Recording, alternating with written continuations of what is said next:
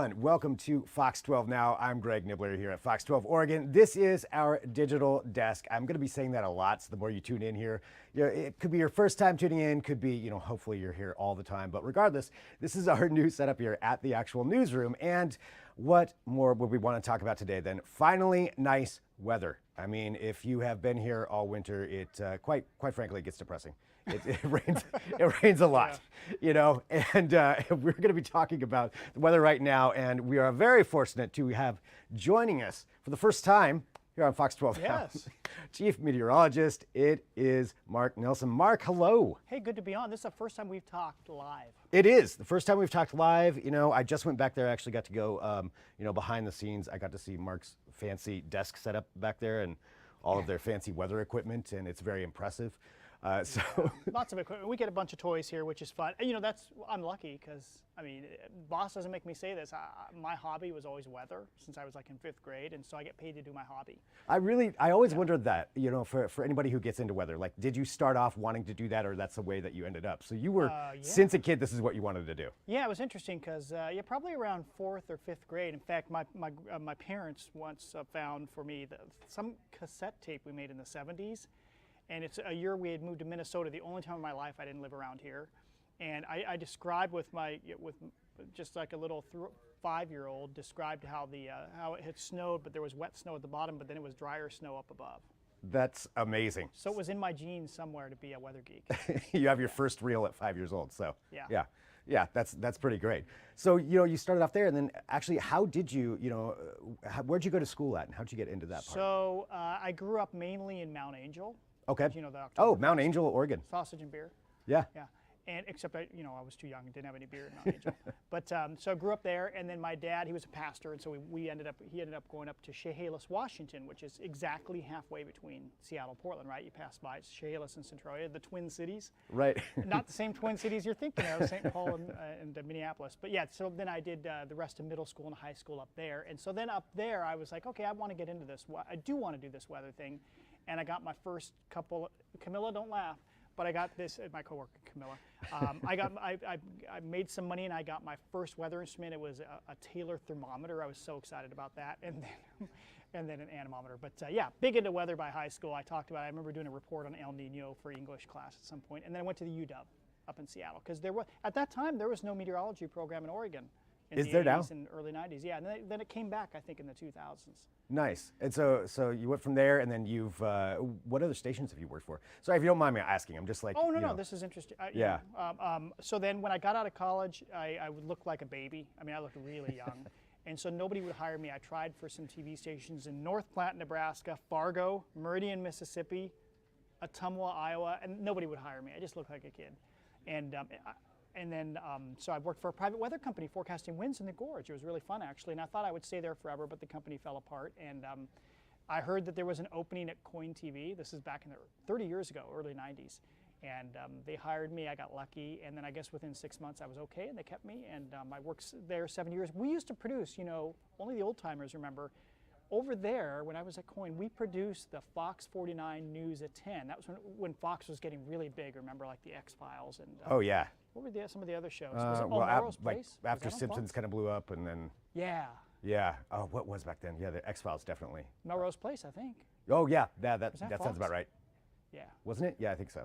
Yeah. Anyway, so somebody will correct us. We started our own news operation here 23 years ago in this building over on the west side, and so I'm still here. I just keep working. Well, that's fantastic. I have a question too, since I have now access to a chief meteorologist. So when you're out and about, obviously you're recognizable. People know who you are. How many times do people come up to you and complain about a weather prediction? Well, today they're all happy. Right?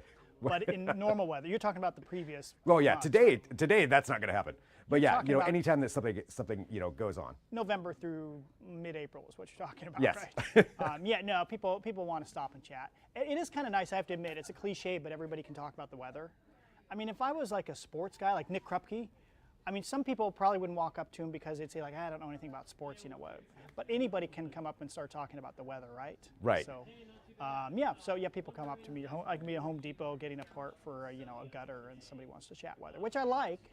Hopefully, I never want to be that person that you hear like, I met that weather guy. He was a real jerk. Right. Yeah. Right? Sorry, don't bother me right now. Yeah. Yeah. Yeah. I'm busy.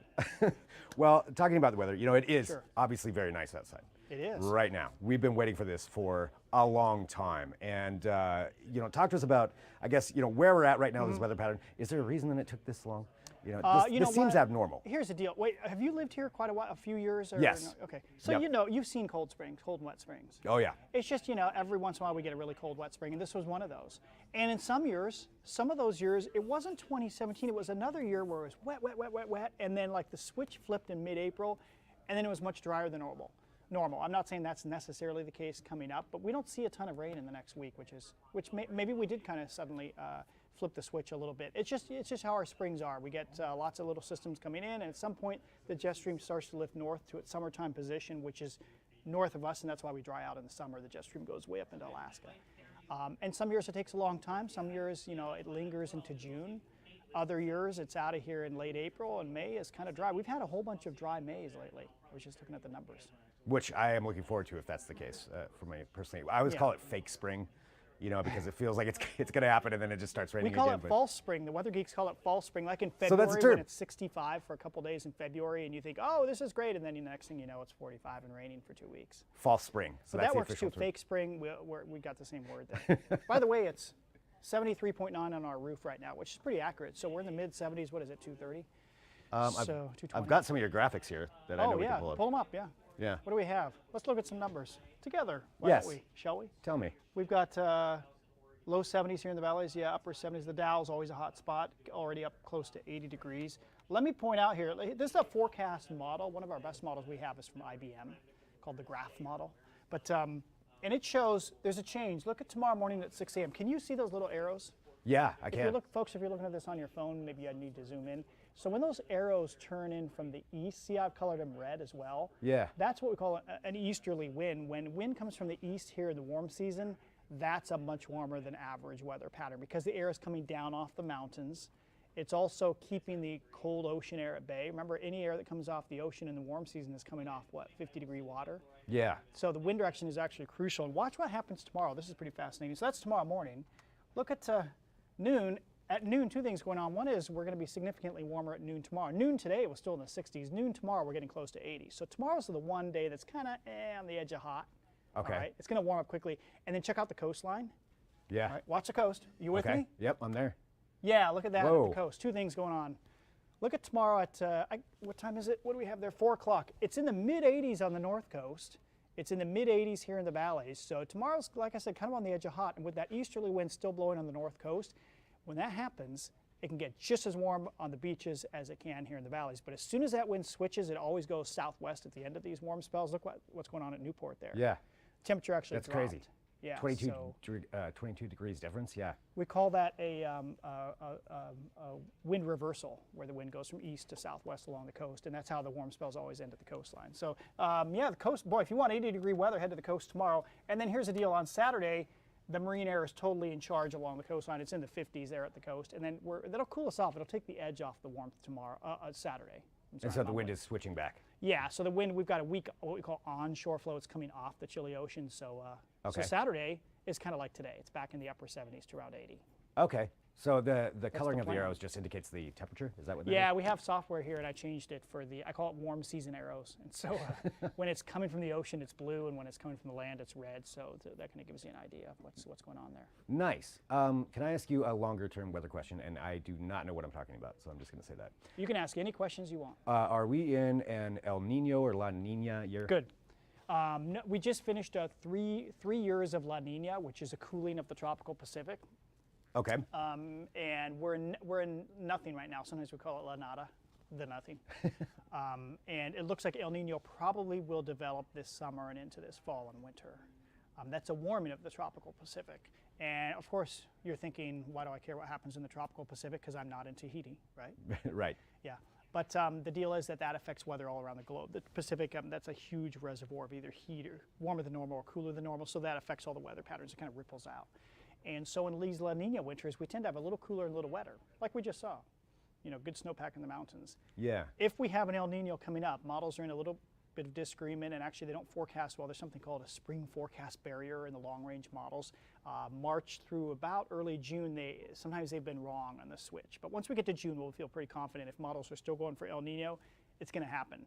If that happens, those winters around here, they're not necessarily boring, but they're almost always warmer than normal, where we get these warmer storms, a lot of 50s and rainy instead of 40s and rainy. Gotcha. Those are El Nino winters. It also lessens the chance for snow here. And I think a third biggie is, that doesn't mean we can't get snow next winter if we have an El Nino, but we don't tend to have, you know, these repeated hits of like snow in the hills and that sort of stuff. Yeah. But the third thing that happens that I'm looking forward to, way out there, if we have an El Nino winter, most of the time February and March are milder. We don't get these late season like, hey, it's snowing down to the top of the West Hills on March 15th. We don't tend to get that in El Nino years, if I can say it. Yeah. So, yeah, so that's your big picture for the next year. That's good. And you said it's like around June, that's when you'll probably be more confident. And actually the ocean temperature itself has switched to, it's getting close to El Nino already. So I mean, the actual what's occurring is actually getting close already. So my guess is we're probably going into an El Nino, so that'll affect the West Coast. Thank you. That explains it so much to me. So now I know that. And I know I want to talk about this too for people who are really into weather and into your forecast and into you talking about it. You have a podcast as well. That's right. In fact, we're going to record in 15 minutes here. Me and Jeff Forgeron, our meteorologist, Camilla Ortiz, our budding young meteorologist over there. She's working on the Hiding in the forecast background. right now. And then Katie, meteorologist as well. She works mornings, weekends, and then evenings during the weekdays. So all four of us will get on and just chat weather. It's kind of like this, actually. That's awesome. Except it's all nerds. All but nerds. I could see a little bit of nerdness coming out in you. So I think you would fit in just fine. There's plenty of nerdness here. It's just lack of knowledge. That's more what it is. Yeah, but you have knowledge about a whole bunch of things. But other stuff. Yeah, sure. So I only have knowledge on one subject. That's it. So I'm kind of a one-trick pony, right? I know a little bit about a lot of things. We record that, and then it'll be on your feed. You know all the different feeds. What is Stitcher and Apple? You know all this stuff. Yep, all the places you get podcasts. So that should be out this evening. And what's it called? 20 minutes. What was that? What is it called? What is it? Oh, sorry. that wasn't meant to be a trick question. No, that's okay. It's the First Alert Weather Podcast. Perfect. First Alert Weather. I don't know if we officially changed the little logo on that because we made a change to First Alert. But yeah, you can find it either. The links are on our webpage. The links are on if you have hopefully you have the First Alert Weather app or the Fox 12 Oregon app as well. You can find it on all those places in the weather section. Perfect. So actually, if you're watching us right now, then you may already be on there on one There's of the apps. There's a good chance it's yeah. on that page or on your app somewhere. Mark, anything else that you want to share with people? No, I know you gotta get tomorrow's going to be a warm day, kind of on the edge of hot. Camilla, you know, Jeff upped it to 88 today instead of 87. Getting kind of crazy. I don't know. We'll probably, I guess, we don't want to insult Jeff, so we'll probably keep it at 88. So 88, you'd agree it's kind of on the edge of hot for us? Yeah, definitely, although I'll still take it. Yeah, you know. and this time of the year, we're starting in the upper 40s and low 50s. So, you know, it takes all the way until 2 or 3 in the afternoon to get hot for those 3 hours. So, yeah, no one's going to have, I don't want to be flippant because we do have these issues in the summertime, but one 88-degree day, nobody's going to get heat exhaustion or heat stroke. I mean, unless you're sitting in a car with the windows totally closed for an hour. Right. Seriously, but that's not enough to really cause any issues. It's just like, wow, it's going to be pretty darn warm tomorrow for one day. And then Saturday will back off and be more reasonable. Oh, by the way, I didn't mention Sunday for the weekend, folks.